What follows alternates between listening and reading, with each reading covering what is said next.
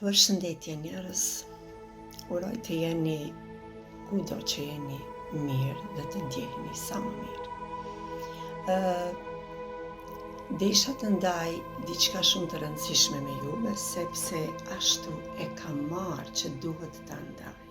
Pra një mesazh që kam pranuar unë nga kanalizimi im intuitiv.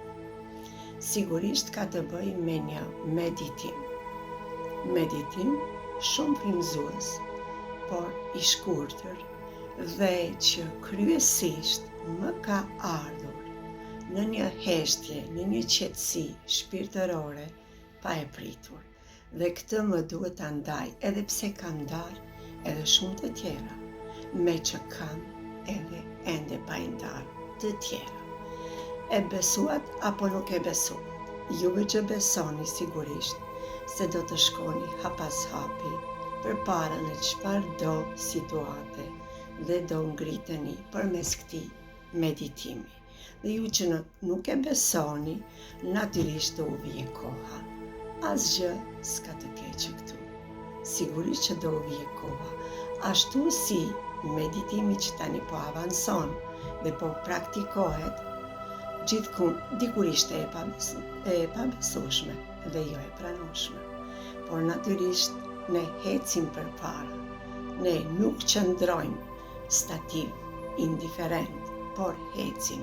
E sidomos kur një kanalizues merr sinjale të ndryshme, natyrisht që duhet edhe shpeshherë edhe t'i ndaj.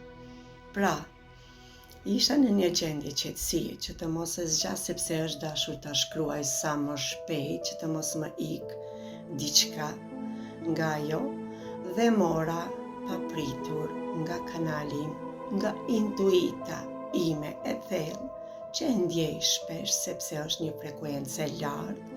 Pra, intuita është lidhja me Zotin më e lartë, pastaj intelekti dhe instinkti, apo siç e quajmë trena një, shpirt, mendje dhe trup. Okej, këtë e kemi dëgjuar, ndoshta dikush po, dikush duhet t'i dëgjoj sigurisht, sepse ne çdo herë avansojmë dhe shkojmë përtej asaj që vetëm mendja mund të na ndalojë, apo të na përkufizojë. Shpirti gjithmonë kërkon rrugën, dhe rruga hapet kur ne dim ta dëgjojmë zërin e brendshëm, zërin e qetësisë. Pra, që të mos e zgjasat shumë se si jam ndjerë unë, sepse edhe tani më vije, është në këtë futet edhe imagjinata. Zoti të jep shenja të ndryshme, intuitive, që mua më ka ardhur e para fjala, unë kur këtu usolla dritë dhe dashuri, mos e harroni këtë. Pra me dy komponentet kryesore që tek secili që lind në këtë tokë ka dritën dhe dashurinë e Zotit. Andaj, edhe meditimi quhet shërimi me dashurinë e Zotit. Pra, vetëm shërimi me dashurinë e Zotit. Kur Zoti besohet, shëruesi është më i fuqishëm. Natyrisht, secili që e beson dashurinë pa kushte, e që është Zoti, pra krijuesi i gjithësisë. Në këtë meditim e kam marrë vetëm me 3 frymarrje. 3 frymarrje pra të thella që kanë shumë kuptim të gjerë, sepse ne jemi shkëndi e Zotit e mbjellur brenda nesh, dhe kur ne dim ta dëgjojmë shpirtin dhe thellojmë në atë qetësi, sigurisht se ajo do të jetë plot dashuri, sikurse ta përqafosh Zotin me atë dashuri të vërtetë.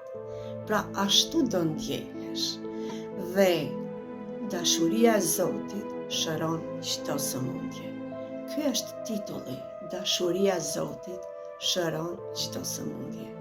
Pa marrë parasysh të diagnostifikuar apo shqetësime mendore, emocionale, psikologjike, si do që të jenë, pra ajo është shërim mbi çdo gjë. Dashuria e Zotit shëron çdo sëmundje. Dhe kjo shkon përmes imagjinatës, sepse ka forcë. Është aq e fuqishme imagjinata kur ti e imagjinon dritën brenda teje, pra shkëndinë e Zotit, ajo që është dritë në trupin ton, dhe fillon të përqoj organin zemër, pra zemrën, fillon të transmetoj ajo dritë përmes imagjinatës, gjithsesi, ajo dritë shkëlqen dhe bët një diell brenda nesh. Dielli brenda zemrës tënde. Kur ti e imagjinon këtë, zemra jote ngrohet, do ta kuptoni. Pra, kur ti e imagjinon këtë, zemra jote do ta ndjejë një ngrohtësi, një dritë të fortë me rrezë dielli që shkëlqen fort dhe rrit energjinë, rrit frekuencën brenda teje dhe është e pandar me Krijuesin. Atëherë do ta kuptosh se ti je e pandar me Krijuesin. Do ta përqafosh dashurinë e Krijuesit dhe këtë do ta bësh çdo ditë në mëngjes, vetëm me të frymëmarrje. Çdo ditë 30 ditë, një muaj. Këtë e kam bërë si pyetje. Si mundem Zot ta kuptoj se sa do zgjasi kjo afërsisht? Dhe të nesërmen e kam kuptuar prap në atë gjendje se kjo duhet të bëhet së paku 30 ditë. Dhe është shumë e shkurtër, po çdo njeri që ka sëmundje të ndryshme është shërim dashuria e Zotit mbi çdo sëmundje. Pra,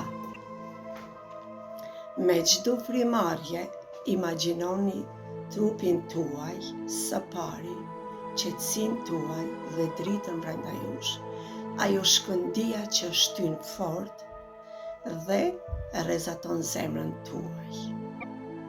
Këtë mos e harroni, rrezaton si një diell, ashtu siç e shohim diellin që ndriçon brenda nesh. Ky diell është brenda nesh, në të vërtetë dielli jashtë, ky diell është brenda nesh. Dhe ky shkëlqen aq fort, rrezaton dhe fokusi i energjisë aq i fort depërton në Krijuesin ton të gjithësisë, sepse dashuria është brenda nesh. Dashuria e Zotit e pakufishme shëron. Pra, imagjinoni këtë dhe filloni me 3 frymëmarrje. Fillojmë me të parën. Secili duhet ta imagjinoj shkëndin që po i ndriçon brenda dhe po jep dashurinë më të fuqishme të Krijuesit, ku zemra don sikur të luhatet të del nga ajo dashuri. Ju do ta ndjeni, pra është aq e ngrohtë.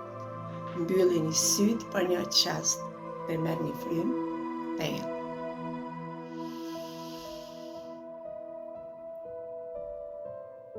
Një, 2, 3.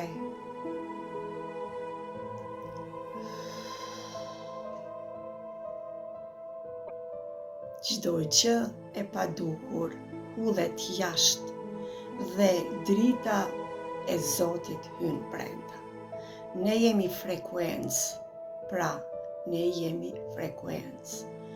Dashuria thërret dhe shpirti e thërret dashurinë e Zotit, sepse ajo është e pandar. Ajo është e pandar me Zotin. Shkëndia jon është e pandar me Zotin. Ne jemi pjesë të Zotit. Andaj si oqeani që nuk mund t'i ndaj pikat, ashtu jemi shkëndi të pandara të Zotit. Pra, këtë imagjinoni çdo herë. Dashuria shëron çdo sëmundje. Edhe një herë një frymëmarrje të lehtë dhe të thellë.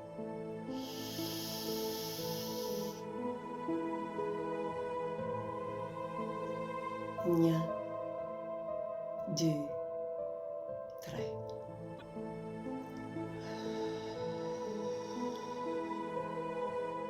lirin, dritë, dashuri brenda jush. Mbajeni dorën në zemër dhe 3 herë mos harroni çdo mëngjes.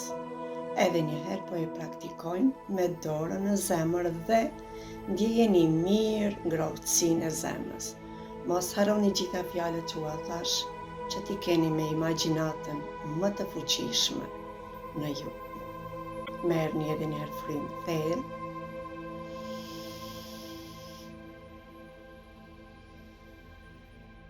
Mbajeni. Drita po depërton brenda jush.